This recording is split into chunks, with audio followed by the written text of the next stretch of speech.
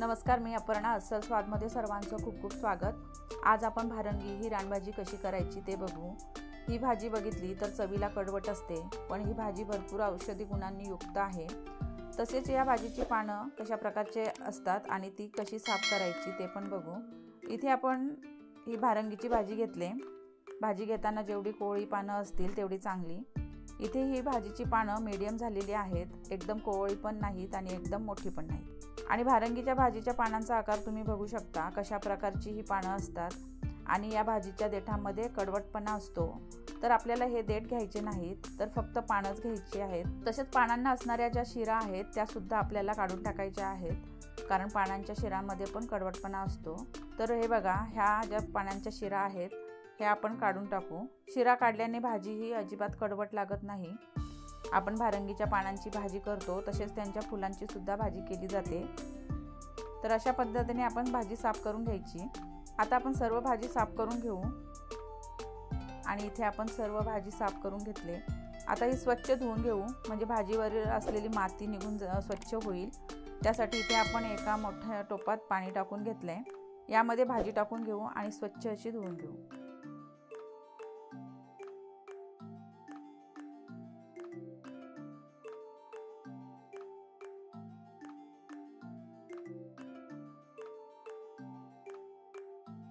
आणि इथे आपण भाजी स्वच्छ धुवून घेतले. आता ही भाजी आपल्याला वाफवून घ्यायची आहे, पण ती कशा पद्धतीने वाफवायची म्हणजे भाजी वाफवल्यानंतर ही काळी पडणार नाही, तर हिरवीगारच राहील. तर इथे आपण एका टोपात तांब्याभर पाणी टाकून उकळत ठेवले. पाण्याला अशी उकळी आल्यावरच यामध्ये साफ करून स्वच्छ धुवून घेतलेली भाजी टाकून घ्यायची आणि अगदी 1 ते 1.5 मिनिटभरच ह्या पाण्यात शिजवून घ्यायची. अशा पद्धतीने वाफवलेल्या भाजीचा रंग हा हिरवागारच राहतो. आता चमच्याने व्यवस्थित पाण्यात बुडवून घेऊ, म्हणजे सर्व भाजी व्यवस्थित वाफवली जाईल. आणि जर का आपण भाजी अगोदरच टोपात टाकून त्यामध्ये पाणी टाकलं आणि मग ती वाफवली तर त्या भाजीचा रंग बदलतो, भाजी काळपट होते. आणि इथे आपली भाजी छान वाफवून झाले. गॅस बंद करू आणि लगेच आपण ही भाजी पाण्यातून काढून घेऊ. आणि तुम्ही बघू शकता इथे भाजी ही वाफवून घेतले, पण रंग मात्र जसंच्या तसा हिरवागारच आहे. आता ही थोडी थंड होईपर्यंत ठेवून देऊ. आपण भाजी थंड करायला ठेवलेली आणि ती थंड झाले. आता ही घट्ट अशी पिळून घेऊ. भाजीतील सर्व पाणी काढून घ्यायचं. इथे तुम्ही बघू शकता आपण 2 जोड्या भाजीच्या साफ केलेल्या, पण ही भाजी वाफवल्यानंतर कमी होते.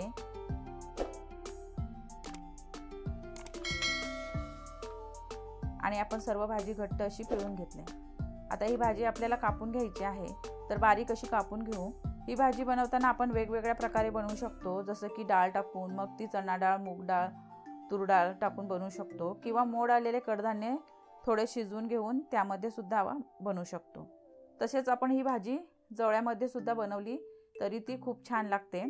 कशी बनवली तरी त्या भाजीची चव ही अप्रतिमच होते. किंवा या भाजीत आपण दुसरं काहीही न टाकता नुसती अशीच केली तरी सुद्धा ती छानच होते. आणि इथे आपण सर्व भाजी कापून घेतले. तर इथे आपली भारंगीची भाजी ही वाफवून आणि कापून तयार आहे. आता यामध्ये पाव चमचा हळद, अर्धा चमचा लाल तिखट मसाला आणि चवीपुरतं मीठ टाकून घेतलंय. आता हे सर्व ह्या भाजीला व्यवस्थित असं चोळून घ्यायचं, म्हणजे भाजी ही खूप छान होते, चविष्ट होते. तर इथे आपण व्यवस्थित असं मिक्स करून घेतलंय. आणि आपण 3 कांदे बारीक चिरून घेतलेत. ही भाजी आपण चणा डाळ टाकून करू, तर त्यासाठी इथे आपण थोडीशी डाळ ही तासभर पाण्यात भिजत ठेवले आणि अर्धी वाटी इतकं ओला नारळाचा चव घेतलाय. आता भाजी कशी करायची ते बघू. इथे आपण गॅसवर कढई ठेवून घेतले. त्यामध्ये 2 मोठे चमचे इतकं तेल टाकून घेऊ. गॅसची फ्लेम मीडियम ठेवून घेतले. तेल गरम झालं की चिरून घेतलेला कांदा टाकू आणि मस्त मऊ होईपर्यंत परतून घेऊ. आपण कांदा पटकन मऊ होण्यासाठी यामध्ये थोडंसं मीठ टाकून घेऊ, म्हणजे कांदा पटकन मऊ होतो. आणि इथे कांदा छान मऊ झालाय, तर इथपर्यंतच कांदा मऊ करून घ्यायचा, म्हणजे भाजी छान होते. आता यामध्ये आपण अगदी चिमूटभर हळद आणि मसाला टाकून घेऊ, कारण आपण ऑलरेडी भाजीला मसाले व्यवस्थित लावून घेतलेत. तर फक्त कांद्याला छान चव यावी तसेच आपण यामध्ये डाळ टाकणार आहोत, त्यासाठी थोडंसं टाकून घेतलंय.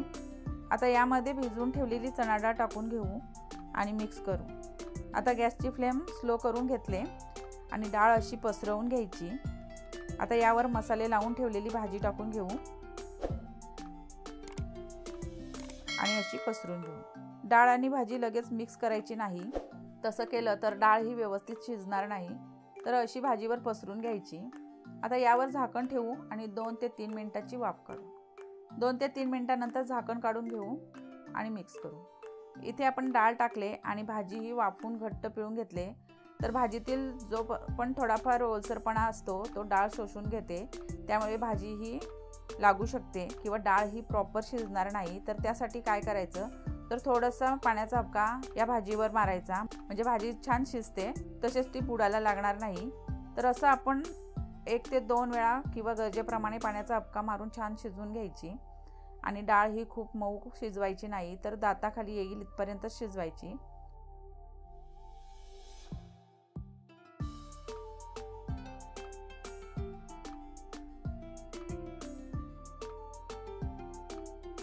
तर इथे आपण मस्त 3 ते 4 वेळा वाफ काढून भाजी शिजवून घेतले आणि इथे आपली भाजी ही छान तयार झाली। डाळही खूप छान शिजले, पूर्ण मॅश झालेली नाही, तर हलकीशी शिजले। आता ही भाजी आणखी चविष्ट होण्यासाठी यामध्ये आपण ओल्या नारळाचा चव घेतलाय, तो टाकून घेऊ। याने या भाजीची चव खूपच वाढते आणि ही भाजी कडवट असते हे सुद्धा जाणवणार नाही, इतकी छान होते। व्यवस्थित मिक्स करून घेतले। आता 1 ते 1.5 मिनिटासाठी झाकण ठेवून घेऊ आणि इथे आपली मस्त भारंगीची भाजी तयार आहे, सर्व करू। तर या पद्धतीने भारंगीची भाजी तुम्ही नक्की करून बघा, खूप छान होते, तुम्हाला नक्कीच आवडेल। आणि याबरोबर आपण सर्व करू मस्त मऊ अशी तांदळाची भाकरी। तर आजची आपली साधी सोपी आणि चविष्ट अशी भारंगीची भाजी कशी वाटली हे कमेंट करून नक्की सांगा आणि व्हिडिओला लाईक करा, हा व्हिडिओ इतरांपर्यंत शेअर करा आणि आपल्या चॅनलवर नवीन असाल तर चॅनलला सबस्क्राईब नक्की करा आणि बाजूला असलेल्या बेलवर पण क्लिक करा, म्हणजे पुढे येणाऱ्या नवनवीन रेसिपी व्हिडिओची नोटिफिकेशन लगेचच तुम्हाला येईल। तर पुन्हा भेटू अशाच एका साध्या सोप्या आणि चविष्ट रेसिपी व्हिडिओमध्ये। धन्यवाद।